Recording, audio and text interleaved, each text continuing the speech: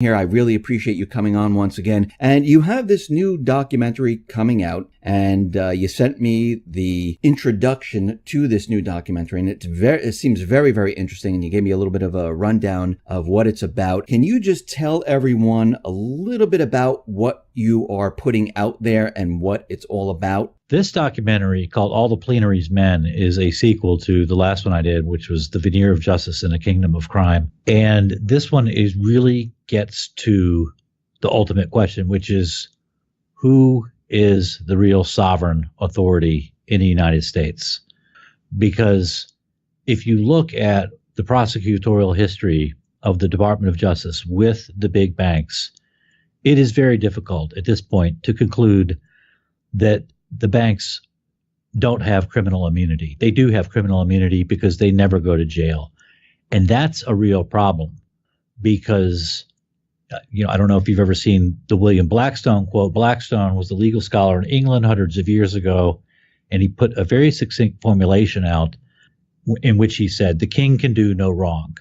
And basically what that means is the king, and no one else, the king can commit crimes with impunity. Meaning he'll never be punished. He can commit whatever crimes he wants, and that's that. There's no legal remedy for that at all. And now, at this point, following 8 years of malfeasance in the Justice Department, it now looks like a group of banks, in fact, can do no wrong. And if that's the case, then we've got a real problem, because it means that the big banks, or someone the big banks are representing, are really the true sovereign in the U.S. It's not the president. It's not Congress. It's not the courts. It's the banks or someone behind the banks. And the way this comes to light in the heft of the film is there was a report that came out last year by Republican members of the House Financial Services Committee. And the report came out in July, so it was right in the middle of the presidential circus, the political circus. And maybe for that reason, the report really didn't get the attention it deserved. But that report goes into why it was that HSBC, which is the huge British bank, they admitted that they were laundering money on behalf of terrorists and on behalf of drug dealers, and yet the bank wasn't prosecuted and no one at the bank was prosecuted. And that House report, the House Financial Services Committee report, gets into why they didn't get prosecuted. And what's interesting about that report is it reveals that, yeah, there were prosecutors in the DOJ who were planning to indict HSBC, and Lanny Brewer and Eric Holder called off the dogs. And that story is in large part what this film that I've just done is about, because it covers a lot of ground, because there's a lot to how HSBC's exoneration came about. So we got to go all the way over to England and then come all the way back over here to really dot all the I's, across all the T's. It's an interesting story. So what you're saying is that these banks and those people behind the curtain, they have a separate set of laws for themselves, and the people have a different set of laws. That's a good way of putting. Yeah, that's correct. And that's a good way of putting it. In other words, everybody knows that you should not have a two-tiered system of justice.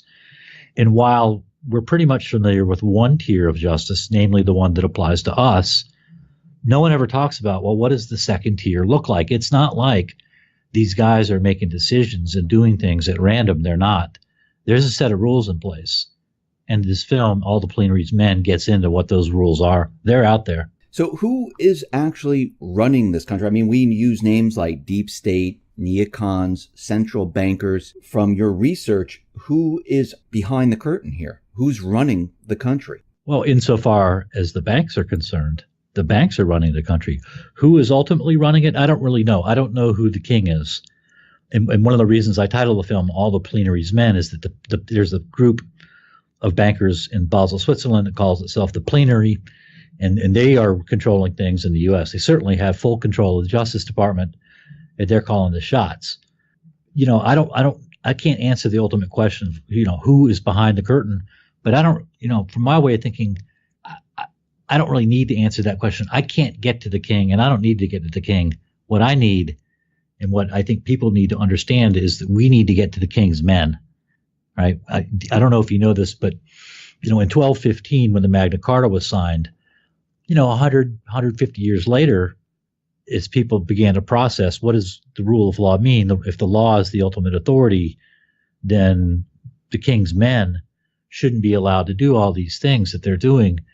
And the impeachment process started back in the 1300s and into the 1400s and 1500s. And if you look at the kinds of things that, rich serfs would complain about, the grounds for impeachment of the king's men, they sound remarkably like the things that you and I and other people complain about now.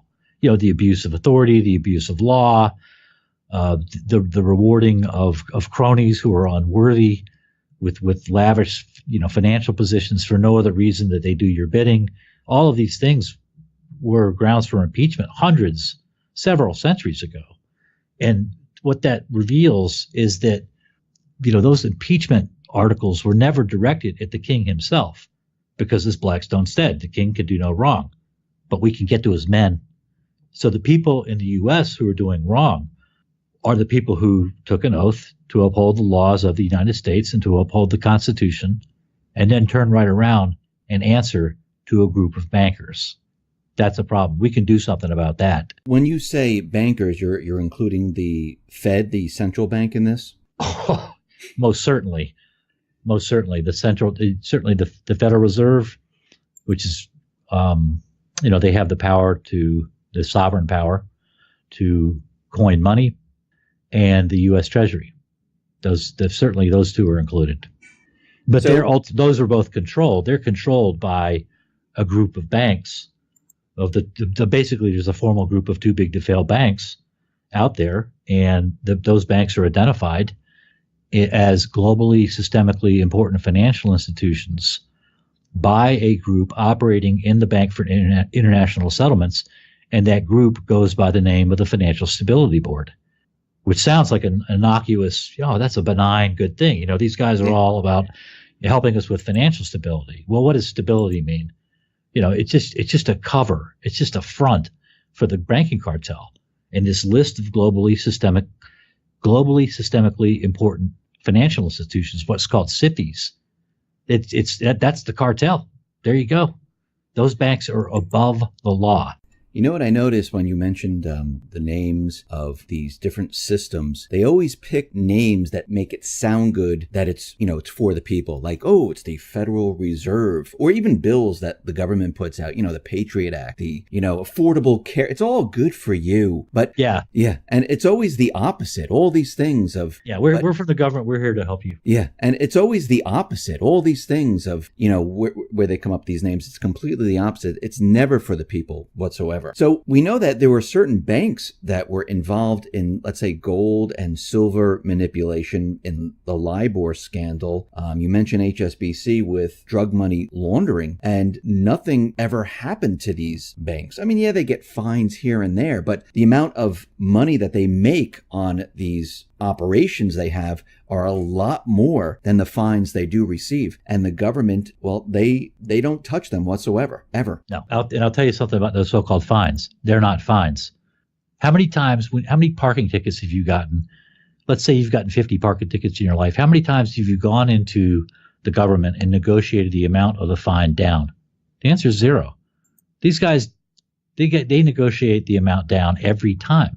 In fact, as I show in this film, they set the fine. They decide on the cost of doing business, and then they forward supporting documentation to U.S. authorities, and the U.S. authorities relabel it as a fine to prop up this illusion that somehow, we have a constitutional republic and everything is, going according to plan. So how do we get to these individuals? Is it possible? I mean, you're doing research, exposing this, and since we know the president isn't really in control, and we never thought, I never thought he was ever in control. We always knew there was a group behind the scenes. But how can we possibly get this group out of power? Is it possible? At this point, I'm beginning to wonder. I'm starting to think that revolution may be the only way, but the formal way to do it would be to go to, write your congressman, write your congressional representatives and demand that they launch an investigation into what the Department of Justice is doing. When the Republicans put out that report last July about HSBC, the Department of Justice, which at that time was run by Loretta Lynch, who had succeeded Eric Holder, the Department of Justice didn't turn over a single piece of paper. Despite multiple subpoenas, the Justice Department completely stonewalled Congress. And the remedy for that, when that happens, is that Congress needs then to demand a special prosecutor. And that never happened. And that's a really big tell to me. They didn't give you a single piece of paper and you don't call for a special prosecutor. Let me back up. You need a special prosecutor. The role of a special prosecutor is to step in to the shoes of the Attorney General when the Attorney General has some conflict of interest in a given case. And in Loretta Lynch's case in HSBC, she had not one conflict, but two. First, because she was part of the stonewalling effort, not turning over any documents. But before that, guess who the prosecutor of the HSBC case was? It was Loretta Lynch in Brooklyn. So she was doubly conflicted.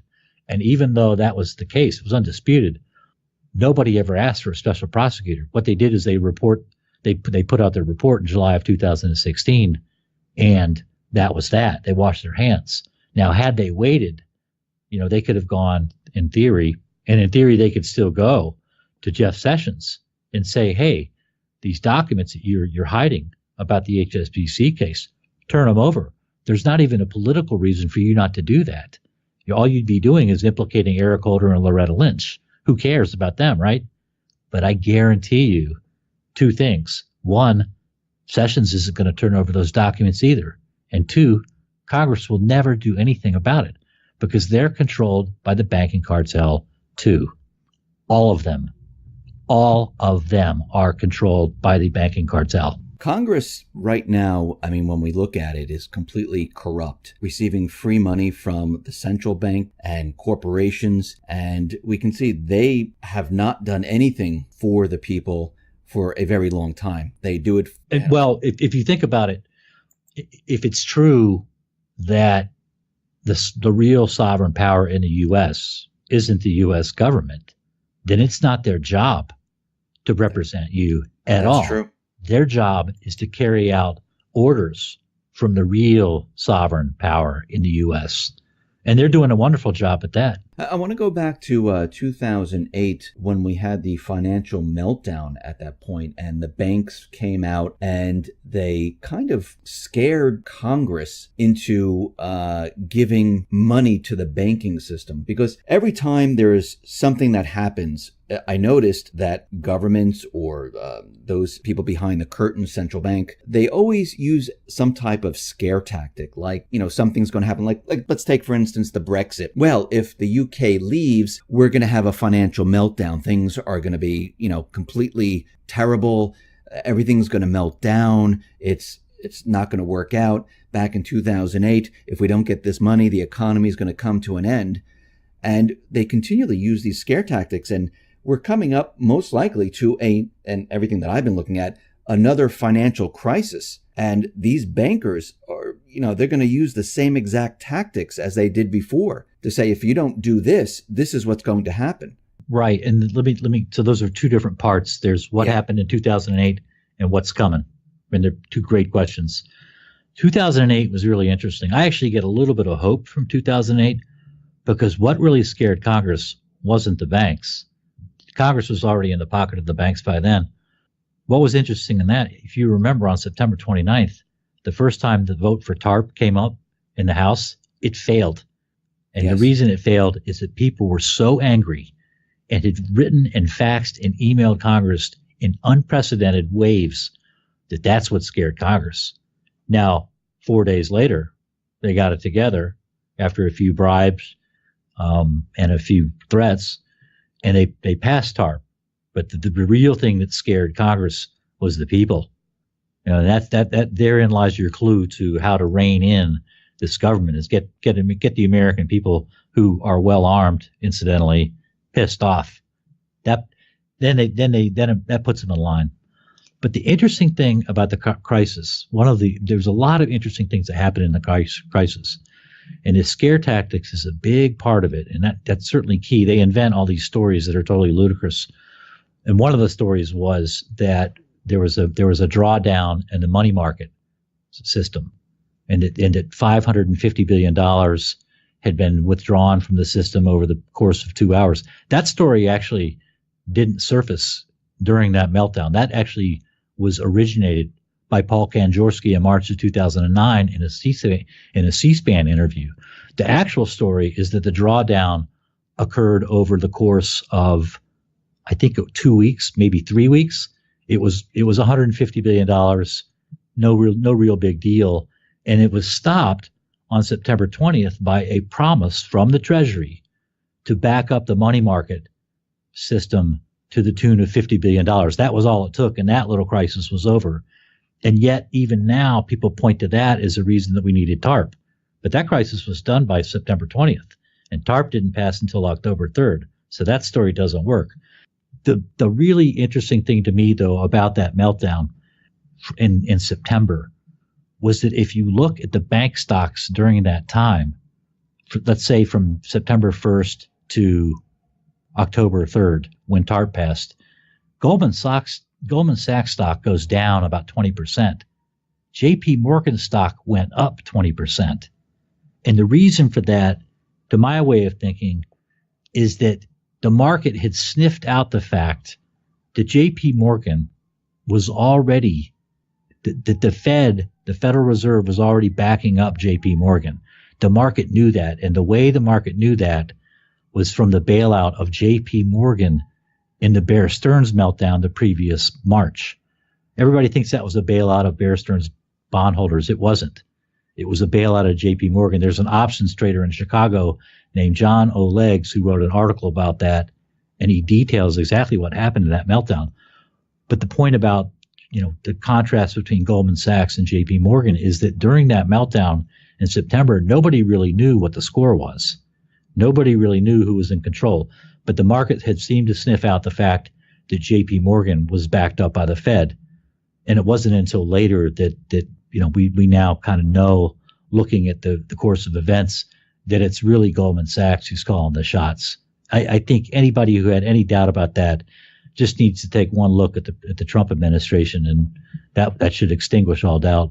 Yeah, I do believe that Goldman, they have their hands in everything. And you can just see from the 2008 crisis moving forward that they are controlling the entire situation with the central bank. And what's very interesting, I think, is every time that the central bankers, the bankers come out and say the sky is going to fall, I get the feeling that if we don't do what they say, their system is going to fall. And this is why they actually need the funds. They're really reflecting on themselves, saying, listen, if you don't do what we say, we will not be able to exist anymore.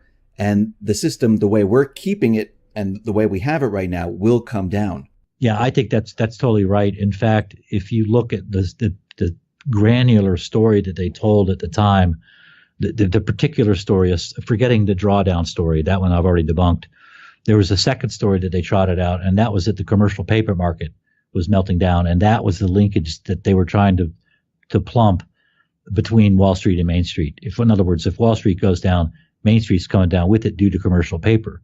Well, I got bad news for you on that one too. The Federal Reserve itself looked at all the evidence in support of the commercial paper story and concluded that story was false.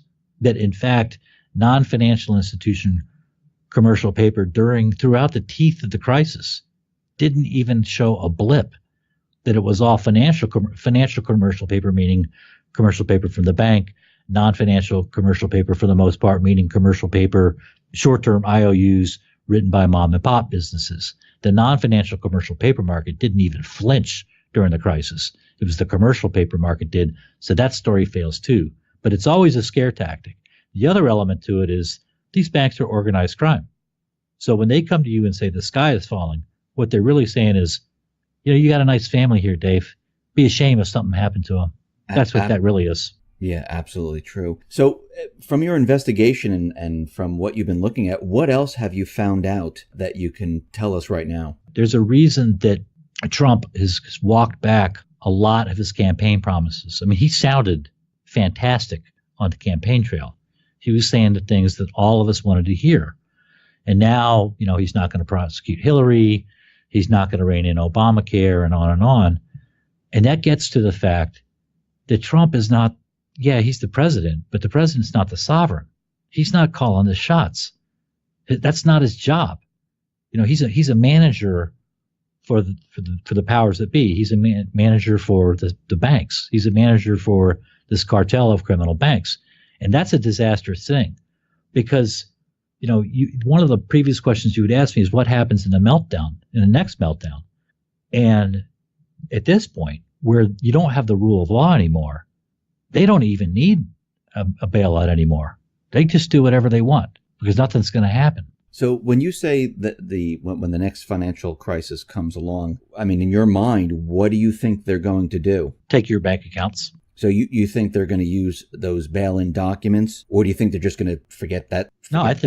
I think that's existing law. As far as I can tell, what's so astonishing is that no one's really writing about it. Can you direct me to any article written by somebody that kind of walks people through what happens in the next financial meltdown? First of all, people say there won't be bailouts. I don't buy that. If there needs to be bailouts to prop these guys up, there's going to be bailouts. They'll loot the Treasury again. But the real question is, what's going to happen to commercial bank accounts? Because I look at FDIC puts out a quarterly report called Statistics at a Glance. You have roughly $12 trillion in commercial bank accounts, and I think about $7 trillion of that is insured. There's $4 trillion that's uninsured for people who have over $250,000 in their account. That's mostly, smaller businesses. That money, as far as I'm concerned, is gone. Why would you not help yourself to it? Because when you go and deposit $100 in a bank, you don't own that money anymore. You become legally an unsecured creditor. And you have a claim on that money, and the odds are very high that you'll be able to get that money. But legally, it's not your money. You're merely an unsecured creditor, and you have an inferior legal position to the secured creditors and to the super secured creditors, who are the counterparties in the derivatives bets that the commercial banks are making.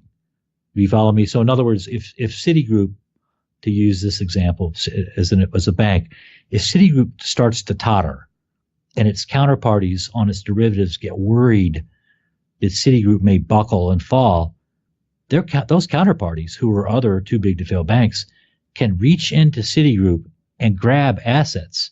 And those assets include money that you've put into the bank, because it's not your money anymore. You're an unsecured creditor. So you tell me in the next meltdown, given the size of the derivatives market, what's going to happen, given everything we've seen from these banks. They break the law with total impunity. They loot the Treasury. Nothing happens.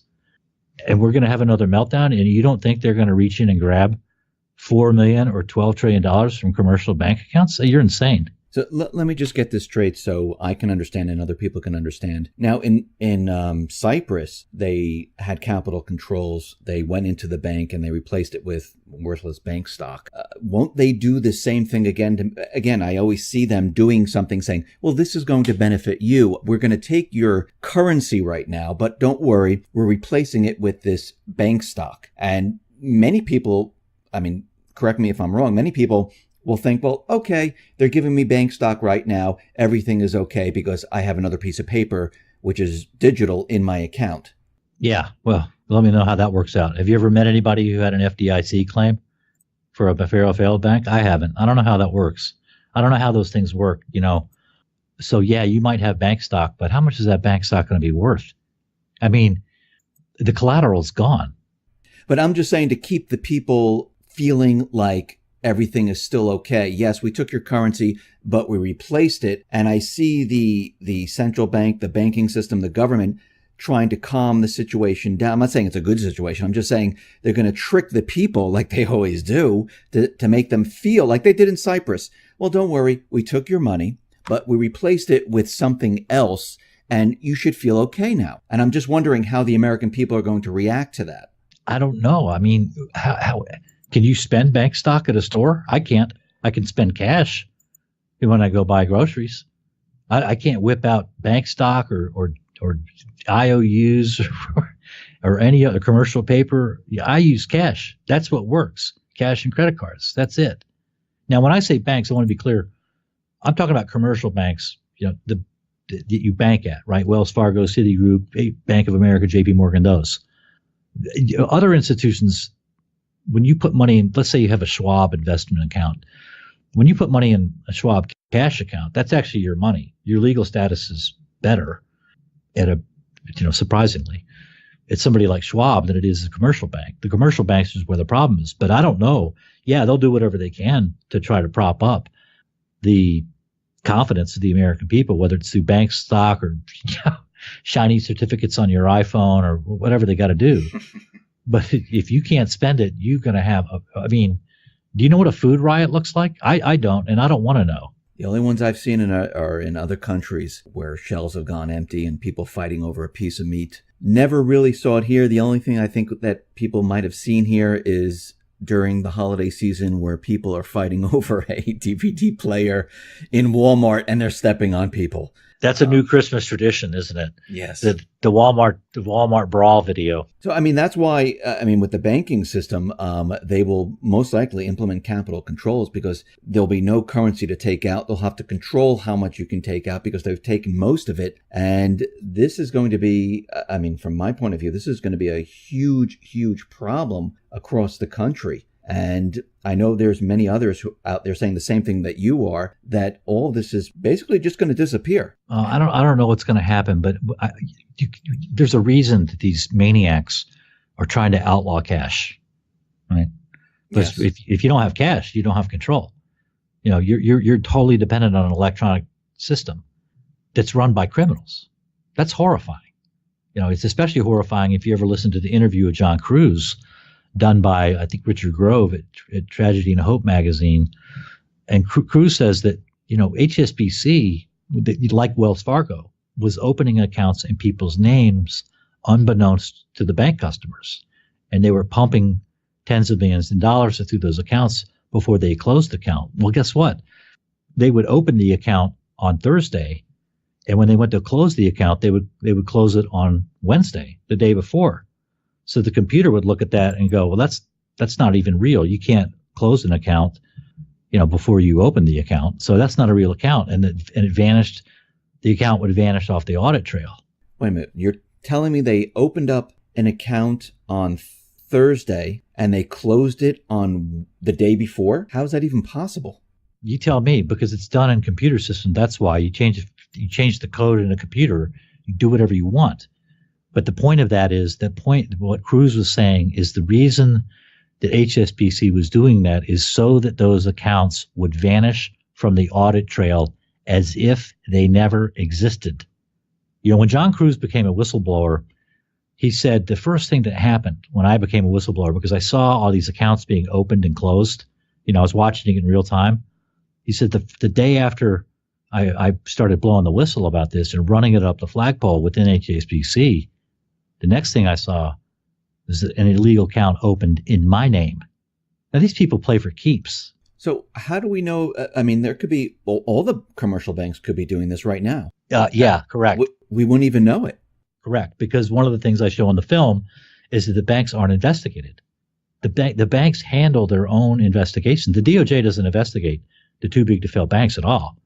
Yeah, it might look at some reports and stuff but as far as going in and doing the audit themselves, nah. They let the bank do that. They let the criminals investigate the criminals. That's why no one's being prosecuted. It's one of the many reasons. That's just mind-boggling. That's just ridiculous that the criminal is investigating their own crime. Yeah, that's been going on for a long time. Moreover, I show something else in the film, which is the crimes going unprosecuted, the crimes that aren't prosecuted, are the official business of the bank. Let that one sink in. So when HSBC doesn't get prosecuted for laundering money for terrorists and drug dealers, that's because it's HSB's official business to launder money for drug dealers and terrorists. That's what it does.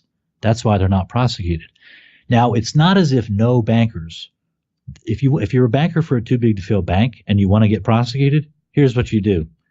Just do something on behalf of yourself.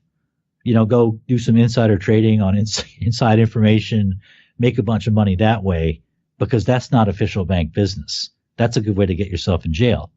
Do something for yourself rather than the bank. But as long as what you're doing is for the bank, you walk on water. Fact. So, I mean, just because it's official bank procedures, even if these official bank procedures are against the law, they're still against the law.